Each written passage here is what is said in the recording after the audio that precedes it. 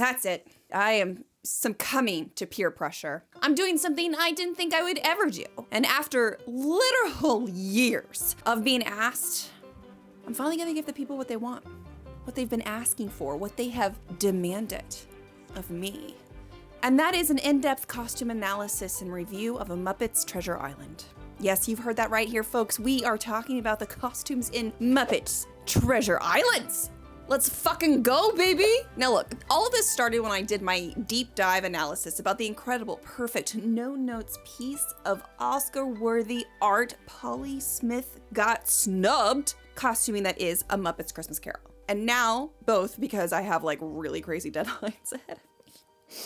Oh God, and I kind of feel like doing something fun. I felt like just having a good time with you guys. I figured like now was a good time to like dig into the Disney vault and like rewatch a Muppet Treasure Island and relive all the vocal stems that I used to do as a kid, because apparently I watched that movie a lot and all of a sudden it all just came flooding back to me like a Celine Dion music video. It was that long ago, but it's all coming back to me. It was weird, not gonna lie.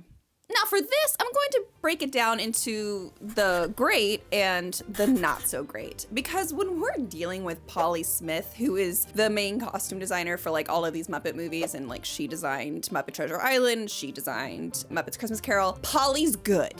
All right, like Polly's really good. So it's hard to have like bad costuming when Polly and the Muppets are involved, all right? Like she is up here like God tier level, okay? But with that being said, watching this movie through like the lens of like a dress historian, there are definite like critiques. And so we're just gonna get into it, but nothing's like bad per se. It's just like the really, really good stuff and the stuff that I think could have been better. And just so we are all clear, if I wasn't clear enough in the beginning, this is not a critique of Polly's like work or her skill as a costume designer. Like that's not what this is. This is literally me as a dress historian with like a passion for apparently Muppet movies and 18th century dress, breaking down what I watch in Polly's work and like giving my feedback from that perspective only, okay? So like, please don't take this seriously. So with that, here are my top 5 best historically accurate costumes in A Muppet Treasure Island.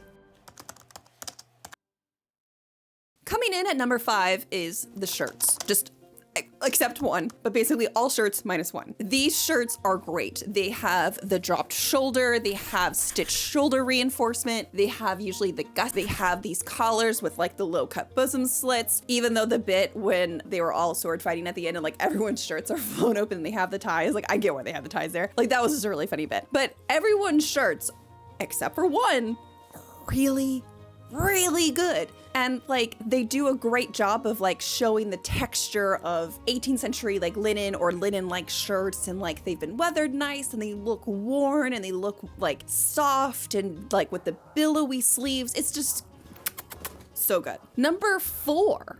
The slops and shoes. Now, these were great. If you're interested in actually like the history of like sailors' clothing historically and like what pirates would have worn, Nicole actually did a really in-depth video essay about this like a year or two ago, going over like absolute like historic nuanced details of like what they hypothetically would have worn. And she goes into like slops and all of this stuff and like the shoes versus boots and what have you. What's important for our conversation is Polly clocked it. She noted it. She saw it. She was like, yes. And obviously this was back when Nicole and I were children. So I'm not saying Polly watched Nicole's video. That would be insane and kind of impressive. No, what I'm saying is Polly's is good at her research. A lot of the characters are wearing slops, which are like these really baggy kind of also called like petticoat breeches. And they're actually meant to go over the more fitted breeches as like a protective outer garment. They're made out of sturdy, hard wearing fabrics like linen canvas, hemp canvas, and like sturdy wools. Or they're wearing looser cut striped trousers, which is just an iconic image that British sailors would have worn. And so there is like this crossover between like what 18th century sailors would have worn and what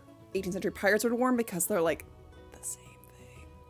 And like there's this aesthetic with like a red and white striped trouser. And a trouser is just a looser fitted garment that goes a little bit longer to like the ankles. They're kind of like little like, you know, cropped pants that girly pops like to wear today, like, but they were for boys. Now, the one thing is slops usually, like I said, they go over the breeches, and I didn't see any evidence of that in the movie. And like my nerdy little heart would have just like, so good, like would have loved that, but like they didn't. And this is not like, oh my God, how dare she? Like, I get why she wouldn't do that, but like it would have been cool. You know what I mean? Now, the other thing is the characters all were either barefoot or they wore shoes. They didn't wear any boots.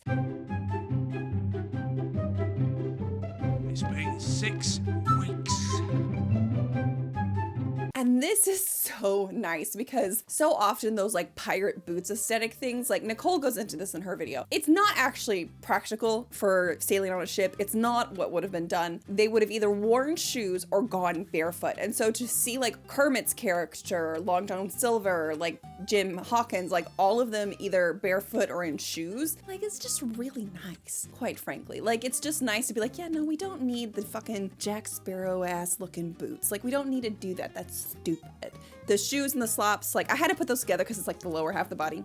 So good. Number 3 are the wigs slash hair, except for one. I love Jim Hawkins's hair in like this movie with his like little shaggy little mullet and his little tiny ass little ponytail. Like it might read a little 90s, like early 90s, even though this movie was filmed in like 96 or came out like 96, 97. And I get that. But the thing is like mullets were the hairstyle for both men and women. Like the way that they were cut was like different and nuanced, but like ultimately mullets have been like the most historically popular hairstyle for white people for centuries. I did a whole video about it. Okay, like it's all about the mullet, baby. So I actually loved Jim Hawkins' hair because you can also see like images of boys around his age with that similar like shaggy little mullet look that he's got going on. Fozzie's wig, perfection. Like, oh, so good. Like Kermit's little like wig is great. Like it's awesome. You know what sucks for sailors and pirates? Is they have a shitty sleeping situation. But luckily, you don't have to have a shitty sleeping situation because this video is sponsored by Birch Mattresses. I have had a Birch mattress now for, see, we've had this one almost 5 years. And then in our primary bedroom for like 3 years, and there's no other mattress for me. Not only are they just really comfortable, but they're made out of wool, which I love wool. I'm so passionate about, hi baby, about wool, organic cotton, natural latex, like American made steel springs, and they're fiberglass free, which is like hugely important. I don't know if you've ever seen like fiberglass bed drama, but oh my gosh. I don't have kids, I'll never have kids, but if you're someone who has kids, they actually have this new mattress that is like reversible. So like one side is created specifically for kids of a certain age, and then you flip it when they get older. So then that way like the bed is as soft and as supportive as it needs to be for like certain age groups, which I think is pretty cool. I've worked with Birch forever, guys. You guys know this. Hi, sweet girl. One of the most frequently asked questions I get is, Abby, do you actually sleep on a Birch mattress? The answer is yes. Yes, I do. It's a good mattress. If you want to get a new mattress, or you're looking for a new mattress for yourself or for your kids with their Labor Day special going on, if you use the link in my description, which is birchliving.com/abbycox, and use the code BirchPartner27, you'll get 27% off your order. And with all Birch mattress orders, you get free shipping within the United States. If you need help hauling away your old mattress, they can help you with that too, as well as with setup. Hi. It's a good mattress. It's a good time. Dogs also really like it, as you can see. So Judy approves. Judy's like, yeah! So with that, thank you, Birch, for sponsoring this video. Yo ho, a Birch mattress for me. Number 2 is Mrs. Blueveridge's mock quilted bedgown. Oh, it's so good. I fucking loved this thing. Like, I thought Jennifer Saunders' like character, like her first costume, like it was fine, right? Like, yeah, she came in and like she was knocking things over and she had like cute little jacket on. She had like a bibbed apron on and like she had a little petticoat and like she had a cap on, which frankly at this point with, you know, Netflix's obsession with salty beach long hair waves and their absolute commitment to the idea that the adult audience watching the umpteenth remake of a Jane Austen novel wouldn't be able to relate to Lizzie's character unless she had floaty beach waves and messy hair. Anyways, the fact that a grown-ass adult woman was in a white cap, amazing. But the piece de resistance, my favorite thing far and away was the mock quilted bedgown. Now, this thing is quick. When the pirates are invading her tavern and like they're attacking and Gonzo, Rizzo, and Jim are escaping, and she's like, don't worry, boys, I got it. She comes out of her bedchamber and she has this like great, just like mock quilted bedgown. And so this is a double whammy. One, the first whammy is the fact that it's a bedgown and like she's clearly changed into something more comfortable and warmer to sleep in. Two, it's mock quilted. Okay, and it's just like a good diamond. And there are so many examples of like quilted diamond jackets, especially in like Scandinavia, and like the popularity of mock quilt like really blossomed in the 18th century. They were woven to look quilted, but they weren't actually quilted. So it's like this good, cheap, but functional like textile that they were using. And like the tiny diamonds are really good. And like the cut was just really good. And I'm just like, oh my God, fine, you're so good. Anyways, fantastic. I loved it. It was like, it made me giddy to see it on screen. Like, here is this woman in a bedgown and then it's a mock quilt too. Like, so good. And I know that's like, I know guys, it's fine. It's like, Abby, who gives a shit? But you wanted this video. You wanted me to talk about it. So now we're talking about it. And I'm telling you, it's fucking good.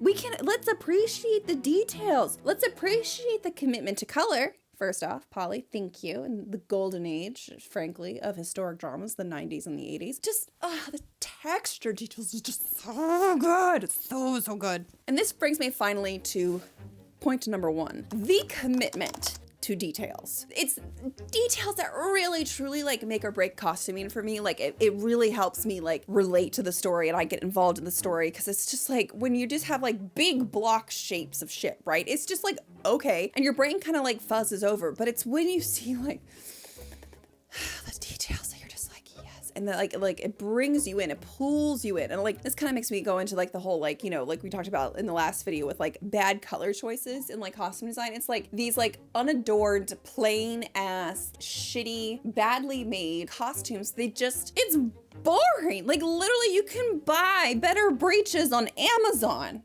It's just like, it's not hard. Like this costume is not hard. This is an unfitted shirt. The only fitted thing that I made was this waistcoat. You know how, like, it wasn't difficult. I bought the fucking breeches, guys. Like, it's just like, do you see how it's like, I look like, this is all historically accurate. I'm in 18th century clothes. But it's not boring.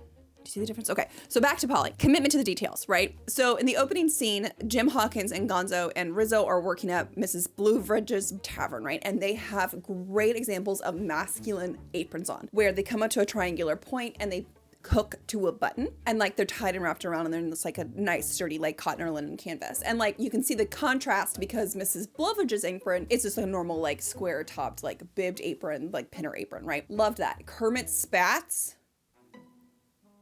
Loved it. Beaker's gray coat. I bet you missed Beaker's gray coat. Yeah, no, Beaker's got a gray coat on in this scene. Impeccable. Stunning.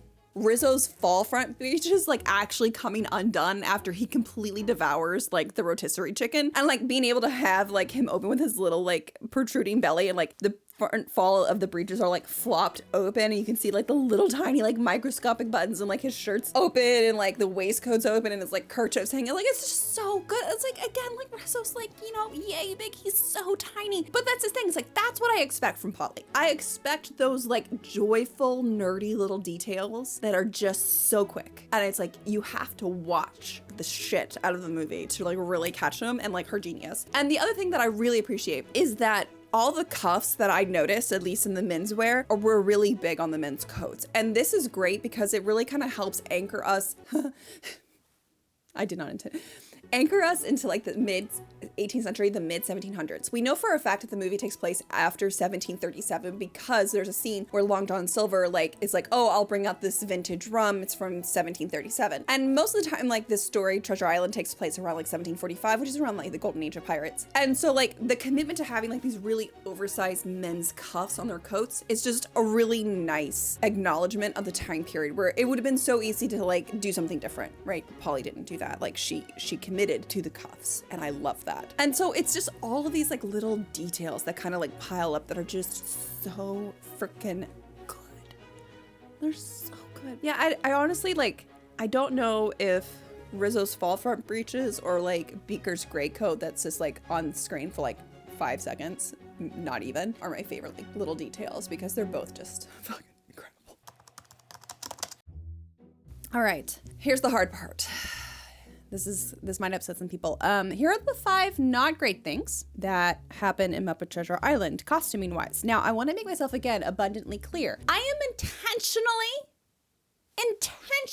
nitpicking here. I had to work to create this list. I am doing this for the lulz, for the vibes. And I'm doing it for balance, right? Like if you somehow take a video about the costuming in a Muppet movie so seriously that this intentionally nitpicky section upsets you, like the only thing I can tell you is please go touch some grass.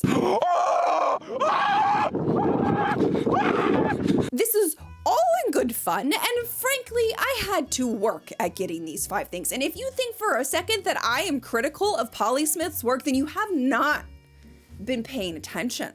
Okay, so with that, we're gonna relax and we're gonna get into it. Starting with number 5, least favorite costuming things, the headgear. Now look, I know I said that like I liked the hair and the wigs, but like what I'm talking about now is not like the hair on the heads, but like specifically how some of the kerchiefs are tied up in the hair, and it's not actually in a way that's representative of history, but is definitely a lean into the lore of like the iconography of the pirate. So Tim Curry, Long John Silver. I didn't like how his kerchief was tied at all. And there are other ways to tie kerchiefs that were historically accurate, but I also like, I understand that this is supposed to be like a signal to viewers, especially children. He is a pirate, he is a bad guy, so we're going to make him look the most piratey, the most stereotypical piratey. I get that. We're talking about history. I didn't like that. That was not my favorite. Did not care for it. Now, the other thing, the critique, and this is like, again, a super nuanced critique, is I'm not saying they're historically inaccurate, but I wish we would have seen more styles of like hats than just like the cocked tricorn hat. We either had no hat, a knit cap, which is great, by the way, 10 out of 10, awesome, questionable kerchief, or like a tricorn cocked hat. And it's like there were other hat styles that were worn by men at this time, especially by sailors. And again, Nicole goes into all of this, but like little round hats, it would just been nice to have a little bit of variety there. Like it just would have been nice. But also I understand, like, you know, that tricorn cocked hat thing, it's the most iconic. It is the most popular for that entire fucking century. Like, of course guys would have worn it. Like, I just would have liked something else. I would have just liked a little bit more variety. That's really it. Number 4, this stupid ass thing. Fucking hate this thing. It looks like Spirit of Halloween 18th century founding father costume crap. Ruins the whole look. Looks like shit. I also hate this white wig. More than anything else in any historic movie, TV show, cosplay, these fucking wigs make me feral. And not in a fun way, not in like a good time way, but like in a I want to rip it off of her head. Like I'm in an episode of like Real Housewives or something. Like I hate it. Also just like nitpicky, like in the 1740s, women's hair would not have looked like that. So I hate these 2 things. Like I hate them with a burning fiery passion. Polly, I forgive you. I just fucking hate them. Like just give the butler like a normal stock and cravat. Like put ruffles on his shirt. This little like fucking bib thing. I hate it. I hate them so much. Number 3. Again, this is gonna be insane. You're gonna be like, Abby, what the fuck? The buttons. Specifically on Jim Hawkins's waistcoat.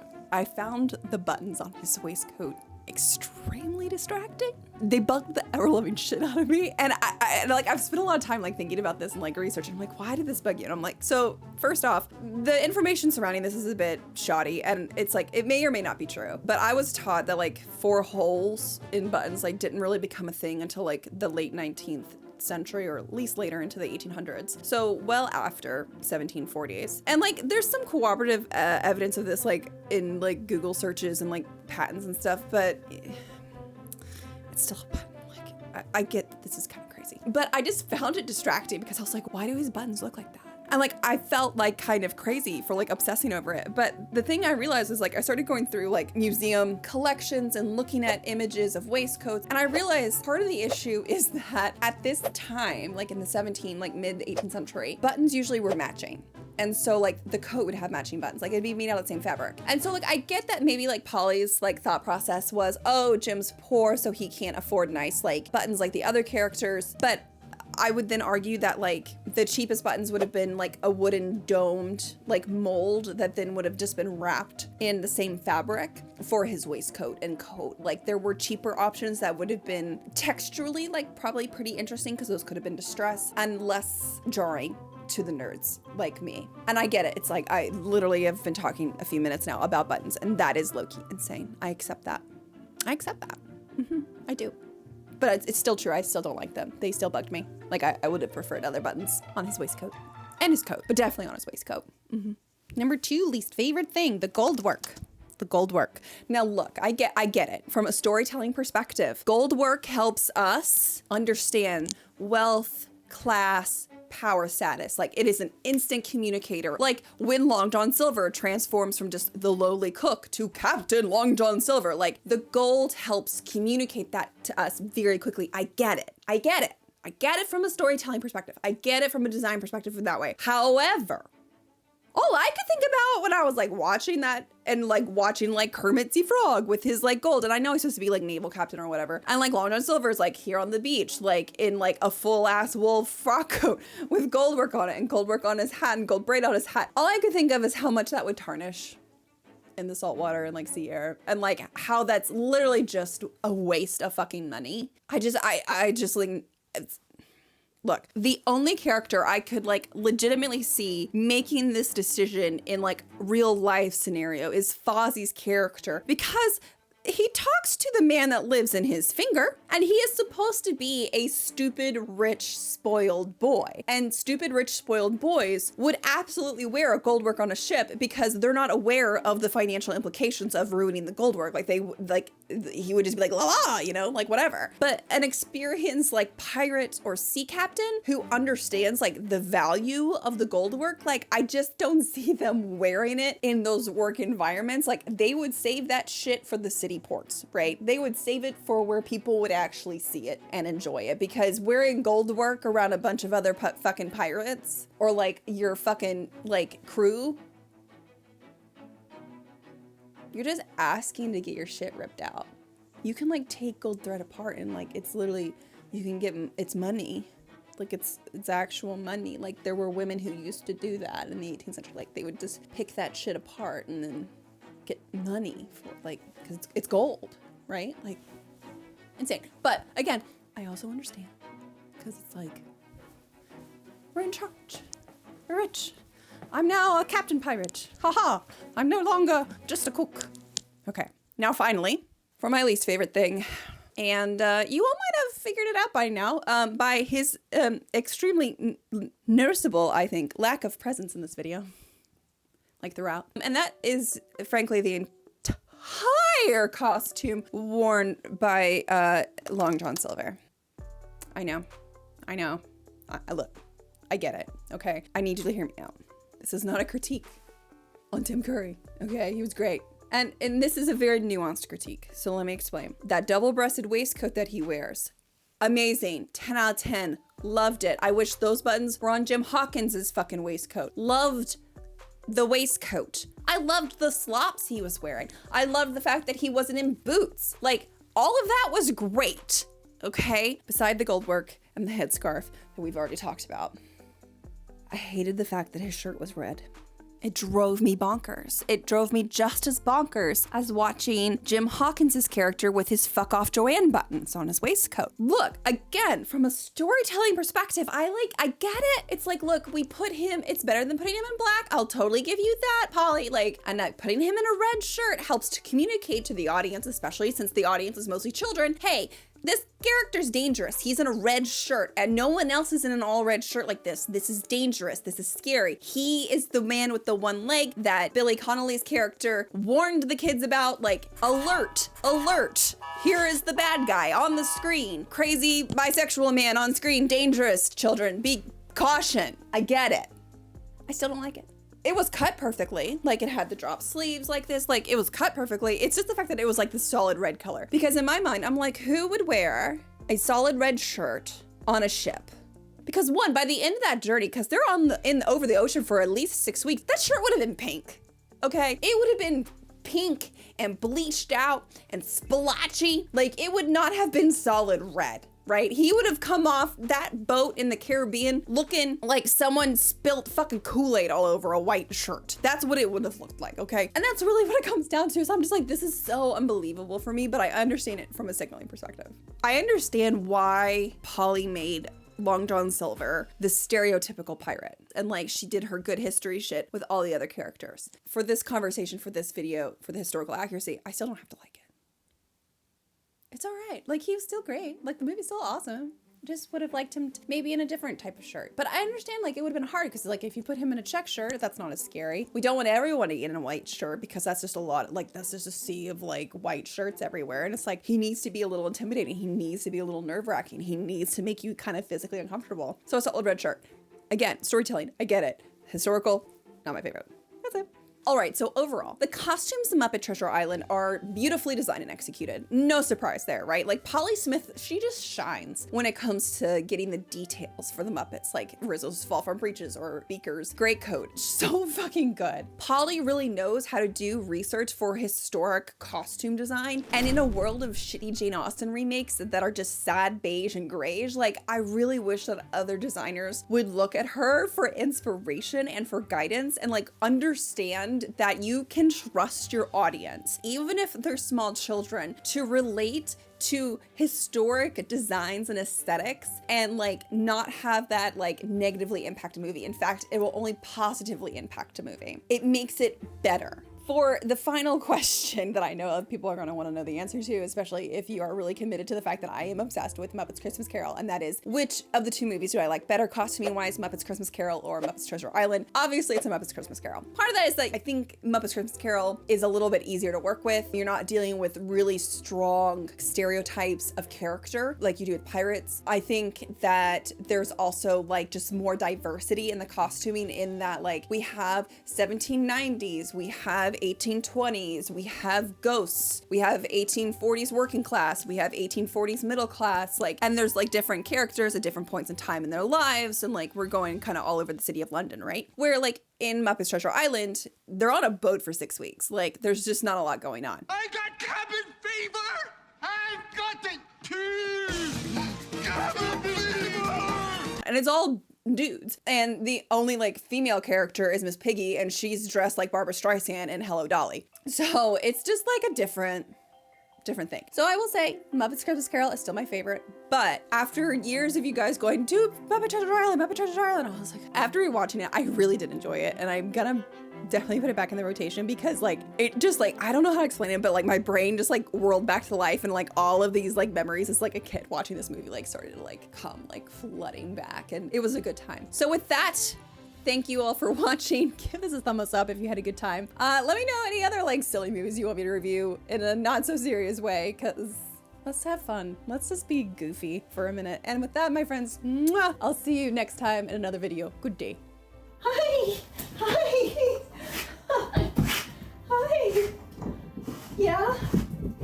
So the best thing about these breeches, this whole ensemble, is that they got really deep pockets, baby. And a cute little bubble butt. Look at my little bubble butt. It's adorable. I love 18th century bubble butts. They're so cutie. So do you guys love it when Birch is an integration? Because that means we get to cuddle on the bed for work. Yes, I know. I know, we get to cuddle on the bed for work. Yes. Hi. Hi, Tucci. You're so pretty. I'm just a little lad. I like this. I think I look cute.